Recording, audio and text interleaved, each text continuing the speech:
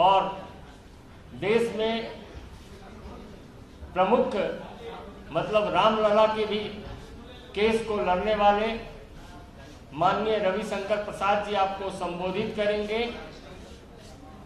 यह राष्ट्रीय प्रेस वार्ता आज पटना में आयोजित है। हमारे बिहार भाजपा के श्री सुरेश रुंगटा जी, असफर शमसी जी, राजू झा जी, विनोद शर्मा जी यहाँ उपस्थित हैं। मेरा विनम्र निवेदन है माननीय रविशंकर प्रसाद जी से कि आपको संबोधित करें।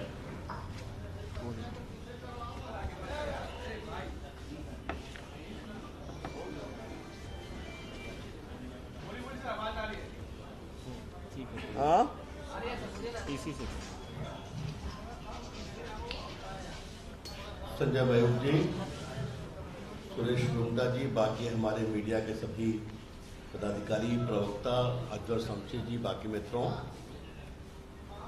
पटना के पत्रकार मित्रों, आज मैं पटना में प्रेस कर रहा हूं, लेकिन ये एक राष्ट्रीय प्रेस है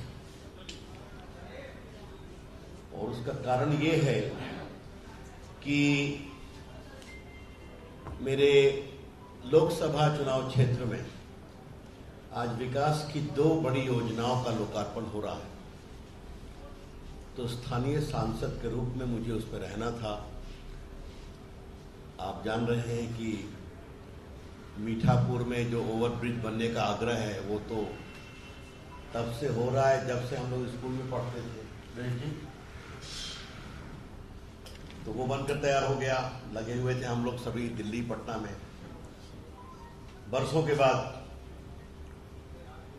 और दूसरा जो पूरा अटल पथ दीघा सड़क को PMCH तक जोड़ने वाली बात है, इसमें भी हम लोग लगे हुए थे, वो भी अब कंप्लीट हुआ है। तो फिर दिल्ली से निर्देश हुआ कि ये मैं पटना में ही प्रेस करूं, क्योंकि जैसा माननीय संजय मयूख जी ने बताया, ये बहुत ही महत्वपूर्ण बिंदु पर प्रेस है। इसलिए आपकी अनुमति से इस प्रेस की गंभीरता को देखते हुए मेरा आग्रह है कि आपका हमें सहयोग और इस विषय का राष्ट्रीय प्रकटीकरण में आपकी मदद मिलेगी। मित्रों, आज सुप्रीम कोर्ट का एक फैसला आया है। ये जो जाकिया जाफरी उन्होंने केस किया था कि नरेंद्र मोदी जी की गुजरात के राइट में भूमिका पर जांच होनी चाहिए। नरेंद्र मोदी जी 12 साल गुजरात के मुख्यमंत्री रहे और 9 साल से देश के योग्य प्रधानमंत्री हैं, लेकिन उनके खिलाफ वैमनस्य और पूर्वाग्रह से एक कॉटेज इंडस्ट्री काम करती है। A cottage industry works against Narendra Modi with a vengeance to somehow or the other implicate him in Gujarat riots. आपकी जानकारी के लिए मित्रों, 60 एजेंसीज के द्वारा उनका इन्वेस्टिगेशन हुआ। Media agency, international NGO, self appointed NGOs, SIT, इस पर कई बार हुआ, हर बार उनको क्लीन चिट मिला। इसका एक बिहार का भी एंगल है जो मैं आपको शुरू में ही बता देना चाहता हूं। स्वनाम धन लालू प्रसाद जी बिहार के मुख्यमंत्री भी थे और मनमोहन जी की सरकार में रेल मंत्री भी बने। और ये पूरी कहानी आपको मालूम है कि कार सेवकों की एक ट्रेन जो जा रही थी अयोध्या से अहमदाबाद, वो जब गोधरा पहुंची तो उसके एक ब्लॉक में अटैक करके आग लगाई गई है। लगभग 50 कार सेवक मारे गए थे और उसके बाद एक दुर्भाग्यपूर्ण राइट हुआ, काफी लोगों को सजा भी मिली, एक अलग विषय। तो लालू प्रसाद जी के निर्देश पर 2005 के बिहार विधानसभा को देखते हुए सुप्रीम कोर्ट के रिटायर्ड जज जस्टिस उमेश बनर्जी की अध्यक्षता में एक कमेटी बनाई गई और अगर आप पुराने मेरे कमेंट्स को देखेंगे, मैंने उसको बहुत ब्लास्ट किया था। उन्होंने कहा कि ये कार सेवकों के ऊपर कोई बाहर से हमला नहीं हुआ था, अंदर से ही दुर्घटनावश आग लग गई। आप समझ सकते हैं कि इस सीमा तक उस पूरे दंगे को राजनीतिक चश्मे से देखा जा रहा था।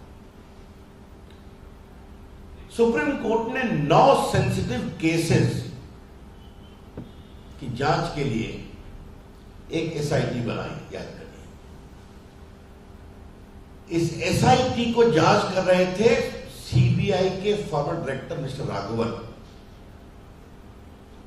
और सुप्रीम कोर्ट ने कहा इस एसआईटी में गुजरात का कोई रिटायर्ड या सर्विंग ऑफिसर नहीं होगा, तो ईमानदार जांच करें। उस एसआईटी ने जांच की। ये जो जाफरी है और इनके पीछे खड़ी है तीस्ता से तलवार, आप जानते हैं, जिनका काम ही है मोदी जी के खिलाफ कैंपेन करते रहना। इन्होंने कहा कि इसमें उस समय के मुख्यमंत्री नरेंद्र मोदी की भूमिका की भी जांच होनी चाहिए। तो सुप्रीम कोर्ट ने निर्देश दिया, उनकी भूमिका की जांच की गई, बाकी सब जांच हुई। और आपको एक बात मैं पटना के पत्रकारों के माध्यम से देश को बताना चाहता हूं कि एसआईटी जी ने उस समय गुजरात के मुख्यमंत्री नरेंद्र मोदी जी को 9 घंटे इंटरोगेट किया, 9 घंटे समन के बाद, और एक भी भाजपा के कार्यकर्ताओं ने विरोध नहीं किया। आज एक कांग्रेस पार्टी के नेता राहुल गांधी का हो रहा है भ्रष्टाचार के मामले में नेशनल हेराल्ड में, तो देश के सारे मुख्यमंत्री जो उनके 1-2 बचे हैं वो काम धाम करके दिल्ली में धरना दे रहे हैं, वहां कुछ नहीं हुआ। एसआईटी ने रिपोर्ट दिया कि नरेंद्र मोदी जी की कोई भूमिका नहीं है, और बाकी जो है उसके खिलाफ कार्रवाई हुई। सुप्रीम कोर्ट के इस एसआईटी को प्रोटेस्ट किया गया, तो सुप्रीम कोर्ट ने कहा कि ये मजिस्ट्रेट के सामने से रिपोर्ट जाएगी, आप चाहे तो प्रोटेस्ट पिटीशन कर सकते हैं। तो ये जाफरी जी और तीस्ता से तलवार और ये सारा जो गैंग है पूरा, लेफ्टिस्ट, लिबरल्स, कांग्रेस सपोर्टेड, इन लोगों ने पूरा वहां पर अपनी गवाही दी। 10-10 साल तक ढूंढ के लाए, मजिस्ट्रेट ने उसको रिजेक्ट किया। उसके खिलाफ हाई कोर्ट गए, ये लोग हाई कोर्ट ने उसको रिजेक्ट किया। उसके खिलाफ सुप्रीम कोर्ट आए,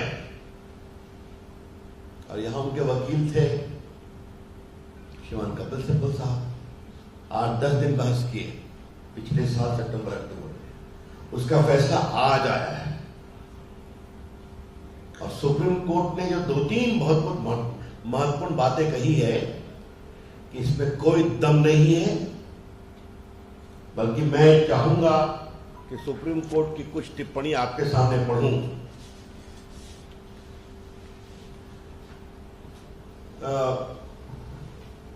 We hold the appeal is devoid of merits and deserves to be dismissed in the aforesaid ground.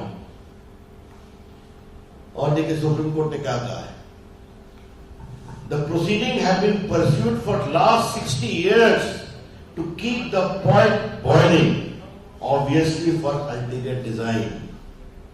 जानबूझ कर करके कुछ लोग पड़े हुए थे कि इसको हमेशा जिंदा रखा जाए। और सुप्रीम कोर्ट ने और क्या कहा है, It appears to us that the coalesced effort of the disgruntled officials of the state of Gujarat along with others was to create sensation by making revelations which were false to their own knowledge. झूठे जानकारी पर नरेंद्र मोदी जी के खिलाफ कार्रवाई करने की कोशिश की, और बहुत सारी टिप्पणियां हैं। आपको याद होगा कि इन लोगों ने दुनिया में कैंपेन चलाया, क्योंकि उनके कई कुछ मामलों में मैं सुप्रीम कोर्ट में वकील भी था उस समय। और याद रखिए हमारे पत्रकार मित्रों, ये सारा इन्वेस्टिगेशन यूपीए सरकार में हुआ, 14 के पहले हुआ, 11, 12, 9, ये आप स्पष्ट जान लें। क्योंकि यूपीए सरकार और कांग्रेस पार्टी का एकमात्र उद्देश्य था कि नरेंद्र मोदी जी को किसी प्रकार रोकना है, और कहीं वो सफल नहीं हुए। याद करिए, इन लोगों ने कैंपेन किया कि मोदी जी को यूएसए का वीजा नहीं मिलना चाहिए। याद है आपको? एक इलेक्टेड मुख्यमंत्री और बाद में भारत के प्रधानमंत्री के रूप में अमेरिका और भारत के संबंध कितने ऊंचाई पर हैं आप सभी जानते हैं। कि आज हमें बहुत गर्व है कि नरेंद्र मोदी जी की अगुवाई में भारत को दुनिया में एक बहुत विशेष स्थान मिला है। आज हम कांग्रेस पार्टी से पूछना चाहते हैं, आज हम वामपंथियों से पूछना चाहते हैं, और आज हम सभी कॉटेज इंडस्ट्री से पूछना चाहते हैं जिनकी पूरी दुकान पिछले 20 साल से नरेंद्र मोदी जी के विरोध पर चल रही थी, अब कितनी देर और चलेंगे आप? 60 इन्वेस्टिगेशन तो हो गया, 12 साल प्रधानमंत्री, 9 साल 12 साल मुख्यमंत्री, 9 साल प्रधानमंत्री। सुप्रीम कोर्ट बार बार रिजेक्ट करता है, और बस वही तीस्ता से तलवार, उनके लेफ्टिस्ट फ्रेंड, एक विधवा जो जाफरी जी है, उनके पति की दुर्भाग्यपूर्ण उस पूरे राइट में शेष हो गए थे। तो ये क्या मतलब है? हम देश को बताएंगे कि किस तरह से कुछ लोगों की दुकान चली है, और उसके पीछे कांग्रेस पार्टी, वामपंथी, यूपीए, आरजेडी सबों का सहयोग और प्रश्न रहा। और ये लोग बार बार रिजेक्ट होते हैं, बार बार असफल होते हैं, लेकिन फिर भी प्रयास नहीं छोड़ते हैं। इसलिए कानून तो जो अपना काम कर रहा है करेगा, लेकिन हम लोग का एक विचार हुआ कि देश को इस निर्णय की सच्चाई को बताना जरूरी है कि ये षड्यंत्र जो देश के लोकप्रियतम नेता नरेंद्र मोदी के खिलाफ किया गया, जो 2001-2 से चल रहा था, आज तक चल रहा है, वो अब समाप्त होना चाहिए। और एक बात और ध्यान रखिए, वो कोर्ट में भी हारे हैं और वो जनता की अदालत में भी हारे हैं। ये बात मैं बहुत विनम्रता से कहना चाहूंगा। वो कोर्ट में भी हारे हैं और वो जनता की अदालत में भी हारे हैं। गुजरात में मोदी जी हमेशा विजयी रहे, वो 14 जीते, वो 19 जीते, आगे फिर 24 जीतेंगे। उत्तर प्रदेश में भी जीते हम लोग, दोबारा जीते उत्तर प्रदेश में। तो इसीलिए ये सच्चाई देश के सामने आनी चाहिए। और अंतिम बात जिसको कह के मैं आपके प्रश्नों का स्वागत करूंगा कि मोदी जी ने इस 20 साल के टॉर्चर में कभी अपनी शांति नहीं खोया। उनका लक्ष्य सिर्फ एक था कि मुझे देश के विकास के लिए काम करना है और गुजरात के विकास के लिए काम करना है, और वो काम करते रहे और सच्चाई सामने आती रही, न्याय प्रक्रिया के द्वारा या जनता के द्वारा। बहुत बहुत धन्यवाद। हम एक एक करके प्रश्न लेंगे। आज मैं बहुत विनम्रतापूर्वक आग्रह करूंगा, यह बहुत ही महत्वपूर्ण विषय है, इसी पर सवाल करें तो बड़ी कृपा होगी।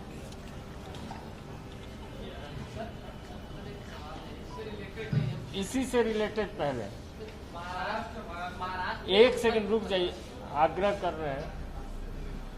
इस विषय से संदर्भित साकिब जी,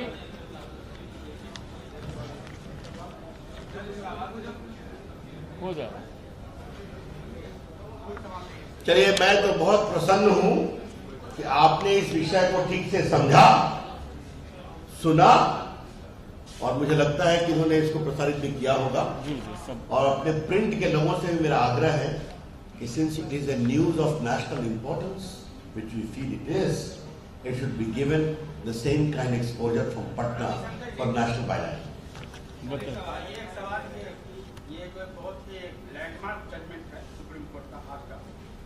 तो आप तो हम लोग से बात कर रहे हैं, हम लोग के माध्यम से जनता तक जाएगी, लेकिन एक सवाल ये है कि पार्टी के स्तर से कोई राष्ट्रीय स्तर पर कोई कार्यक्रम करेंगे ताकि आम लोगों को पार्टी से डायरेक्ट उसको जानकारी दी जाए कि देश को गुमराह किया गया या पब्लिक को मिसलीड किया गया या उसका अनड्यू एडवांटेज देने की कोशिश की है। जजमेंट आज ही हुआ है, जजमेंट आज हुआ है, तो आज जजमेंट की वो जजमेंट कहाँ है? और देखिए ये काफी पतला जजमेंट है, मैं इसको लेकर के आया तो इसको पढ़ करके इसका नोट बनाना पड़ा। इसके बारे में पार्टी जरूर विचार करे और ये बात मैं बहुत विनम्रता से कहूंगा, ये सच्चाई देश के सामने आनी चाहिए। देखिए मैं आपसे एक बात कहना चाहता हूं, भारत में इतने राइट हुए, कांग्रेस के रिजीम में गुजरात में 50 राइट हुए, यूपी में हुए हैं। राइट कहीं भी वो गलत है तो राइट पे जो दोषी हैं उनके खिलाफ कार्रवाई होनी चाहिए और गुजरात में भी की गई है, लेकिन ये पूरी कार्रवाई नरेंद्र मोदी के खिलाफ दुश्मनागत की कार्रवाई, उनको बताना है।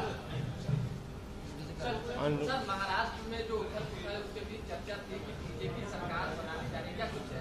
आज का जो विषय मैंने बता दिया था इसी पर है, इस बारे में कुछ भी बोलना होगा केंद्र के द्वारा बोला जाएगा या महाराष्ट्र के नेताओं के द्वारा बोला जाएगा। बहुत बहुत धन्यवाद। धन्यवाद।